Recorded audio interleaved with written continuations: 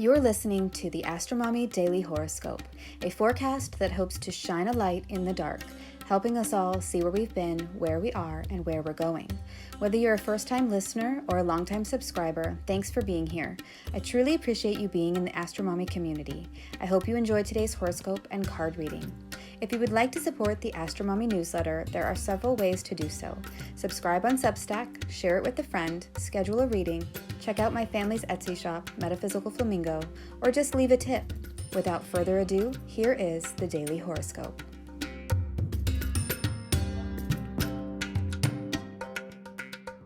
Last 2 days of Gemini season, Jupiter sextiles Saturn, optimistic pessimism.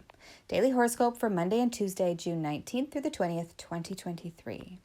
Good morning, friends. Okay, let's get into the astrology. So this week we have the summer solstice building up as the sun is only 2 degrees away from entering the sign of Cancer on Wednesday. The moon is in Cancer on Monday and will ingress into Leo on Tuesday. So that means we have a moon opposite Pluto transit building on Monday and perfecting on Tuesday right before the moon changes signs. Yay! I love moon-Pluto transits, and I mean that with total sarcasm. We'll get into this in a minute. Venus entered the pre-retrograde shadow period on Monday. Below is a handy graphic I made of Venus's retrograde in Leo cycle. The pre-shadow period represents the time between the degree that Venus will retrograde back to, which is 12 degrees Leo, 13 minutes, and the time that she starts her retrograde cycle on July 22nd, 2023 at 28 degrees Leo, 36 minutes. So this next month will be a time when we see some of the themes of how this retrograde will play out in our lives show up. These will both be Venusian themes like relationships, love, money, sensual natures, and beauty, coupled with whatever topics are governed by the house that Leo rules in your chart. You could also experience things related to the houses that Venus rules in your natal chart pop up as well. I am preparing a horoscope special for all 12 signs about Venus's retrograde in Leo, which I will have out sometime over the next month. The sun and the moon are now separating from their conjunction and square to Neptune, although we will most definitely feel the energies of this transit throughout the whole month until the new moon in Cancer officially closes out this cycle.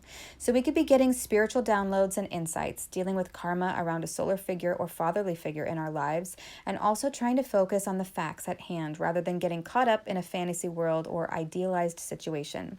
It could be really hard to focus on Monday and Tuesday as the sun is still within the engagement range to Neptune. It could also be a period of heightened intuitive awareness of our destinies, and we could be experiencing a sort of spiritual evolution of our soul. Remember to stick to the facts and not spin stories that are self-destructive with the new moon square Neptune, though. I feel like this whole month we may want to keep the saying, quote, when in doubt, write it out, unquote, in our minds. Keep a journal. Write down your experiences and your dreams. It's not a great time to make big decisions or start major things because there's an element of confusion and chaos in the mix. We have to learn to mentally let go and let the natural timing unfold in the way that it's supposed to, and not try to control everything or get stuck in the way we think life should be and how fast we want things to be proceeding. With Saturn in Pisces now retrograde, this is a time to reflect on our responsibilities, commitments, and boundaries, and learn to trust and have faith. This week is a big test of that. Okay, so on Monday, at 11:52 a.m. Eastern Time, Jupiter in Taurus perfects his sextile to Saturn, now retrograde in Pisces. This feels like optimistic pessimism. Jupiter is the planet of hope, good luck, and optimism, and Saturn is the planet of restrictions, pessimism, and time. So this feels like realizing that we have some support and harmonious things going on, but we need to be realistic with it all and trust the divine signature of events. In the afternoon on Monday, Mercury in Gemini forms a sesquiquadrate, a 135-degree angle, to Pluto in Capricorn, and then 3 hours later at 4:35 p.m. Eastern Time, Venus in Leo, now in shadow, makes a sesquiquadrate to Neptune in Pisces. The sesquiquadrate represents something that has already started but is experiencing delays. So there's some deep conversation or expression that has already begun, like a text message exchange, but then there's a long delay before the next message. There's something regarding our relationships, love, pleasures, and what we find beautiful in life hitting a speed bump because of some fog or a temporary blockage in the flow of intuitive downloads. Venus in Leo wants attention, and Mercury in Gemini wants to talk and communicate and express itself. But we can't for some reason. We are cosmically on hold this week. By the late evening at 9:08 p.m. Eastern Time, the moon in Cancer perfects a square to Chiron in Aries, so people may feel a little bit of an ego bruise or hurt feelings tonight that makes them kind of moody and emotional.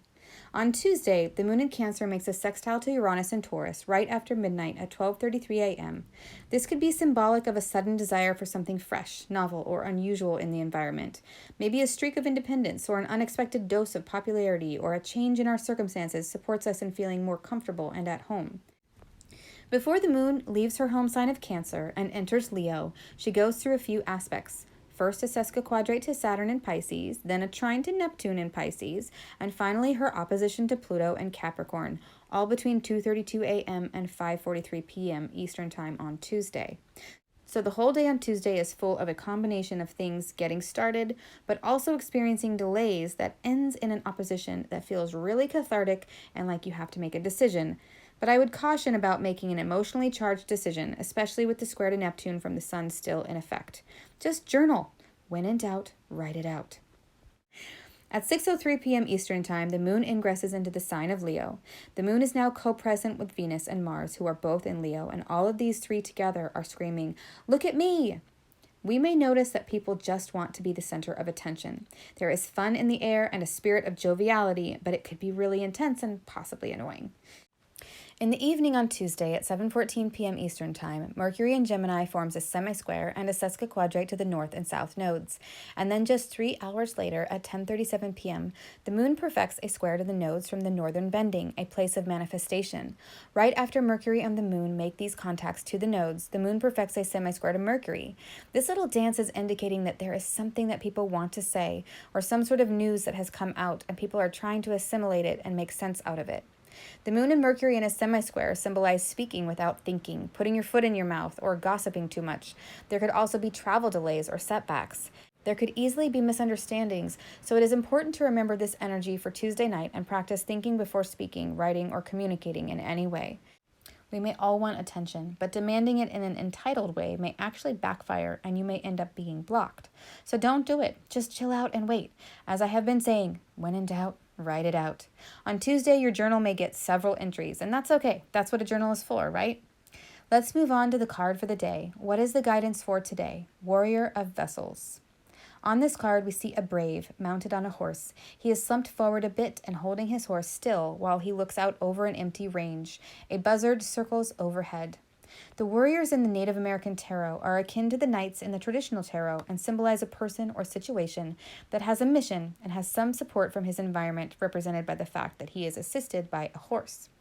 In the traditional tarot, the Knight of Cups represents someone on a mission motivated by love, emotions, intuition, and the desire for beauty. There is also usually an impression of action, symbolized by the horse slowly prancing forward, but we see some key differences on this card. First, this warrior doesn't seem to be motivated by love or a desire for beauty, but by his emotions and the darker ones at that, like depression and feelings of emptiness. It says in the little instructions booklet for this card that, quote, "This brave took the option to get drunk and ride off to a ridge to survey an expanse of empty range," unquote.